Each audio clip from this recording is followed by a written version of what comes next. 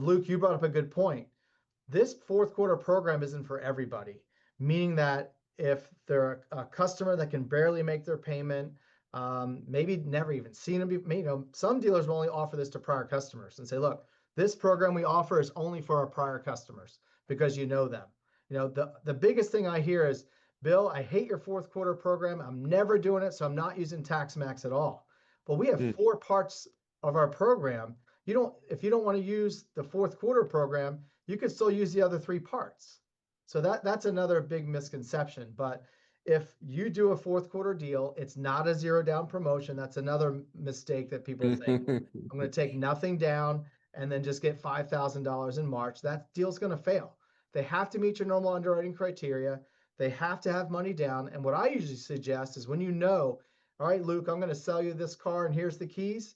I'm going to ask you one question. Would you like to skip the last 4 or 5 months worth of your car payments? You're going to say, of course I would. How do I do that?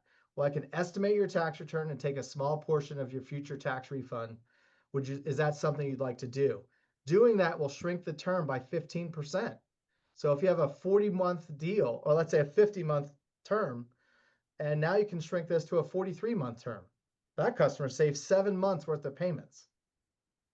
These loans are definitely going to perform better. You don't want to. Well, the other caveat I'd say when we talk about not doing this as a zero down deal, that's not good. You're doing it as almost a double down payment. And Correct. Bill mentioned that earlier. I'm going to do this deal anyways, right? I'm going to underwrite this deal in November, December anyways. The other thing you got to be careful of is don't try to use it as a way to dig them out of negative equity, right? You're going to take an internal trade. Oh, well, I'm going to roll over this extra $3,000 of negative equity onto your car. Then you'll just come in at tax time with an extra $3,000 to get yourself out of it. And it's like, no, that doesn't work either. Because come February, March, they know they're upside down and they're taking that tax return elsewhere.